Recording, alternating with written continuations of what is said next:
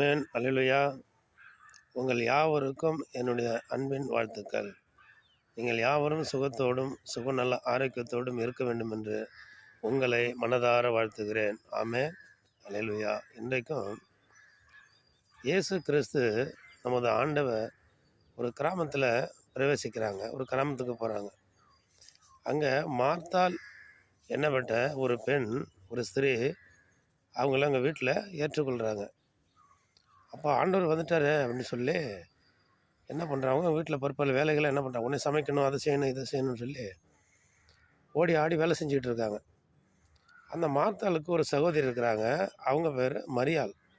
இயேசு கிறிஸ்து வந்தோடனே அவங்கள ஒரு இடத்துல அமர வச்சுட்டு அவங்க என்ன பேசுகிறாங்க அப்படின்னு சொல்லி அவங்க பாதத்தில் கீழே உட்காந்து ஆண்டவர் பேசுவது எல்லாவற்றையும் ரொம்ப வாஞ்சியோடு, ரொம்ப ஏக்கத்தோடு, ரொம்ப அன்போடு, அரவணைப்போடு அவங்க வாயிலேருந்து புறப்படுகிற ஒவ்வொரு வார்த்தைகளையும் ரொம்ப நேசித்து அதை பரிவோடு கூட, ஏக்கத்தோடு கூட, கண்ணீரோடு கூட உட்காந்து ஒவ்வொரு வார்த்தையாக என்ன பண்ணுறாங்க, கேட்டுக்கிட்டே இருக்கிறாங்க.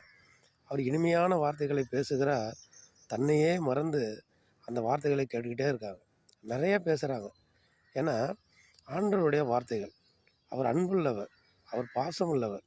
ஒரு அப்பா அம்மா விட அவர் வந்து பேசும்பொழுது உள்ளத்தில் ஒரு பேரமைதி, உள்ளத்தில் ஒரு நீரூற்று பாய்வது போல் ஒரு அனுபவம்.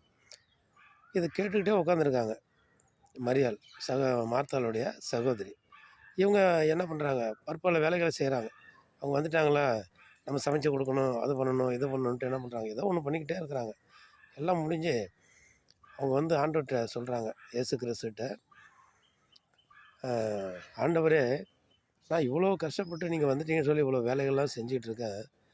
என்னுடைய சகோதரி அதை பற்றி கவலைப்படாமல் ஒரு வேலையும் செய்யாமல் இருக்கிற, நீங்கள் கேட்க மாட்டீங்களா அப்படின்னு சொல்லி. அப்போ இயேசு கிறிஸ்து சொல்கிறாங்க, மார்த்தாளே மார்த்தாளே, நீ பற்பல வேலைகளை குறித்து கவலைப்படுகிறாய், தேவையானது ஒன்றே. மரியாள் தன்னை விட்டு எடுபடாத நல்ல பங்கை தெரிந்து கொண்டாள் அப்படின்னு. இந்த உலகத்தில் வாழ்கிற இந்த ஒரே ஒரு வாழ்க்கையில் நல்ல பங்கு நமக்கு எங்கே இருக்குது?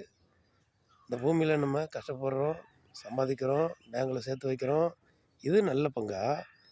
நம்ம மரித்த பிறகும் பரலோக வாழ்வு, சொர்க்க வாழ்வு, நம்ம ஆத்மாவுக்கு மரணம் இல்லை, சரீரத்திற்கு தான் மரணம். இந்த ஆத்மா வேறொரு இடத்திற்கு பயணம் பண்ணி போகிறது. அந்த ஆத்மா எங்கே போகிறது என்றால், ஆண்டவர் வசிக்கிற பரலோகம் என்னப்படுகிற ஒரு இடத்துல. அங்கே தான்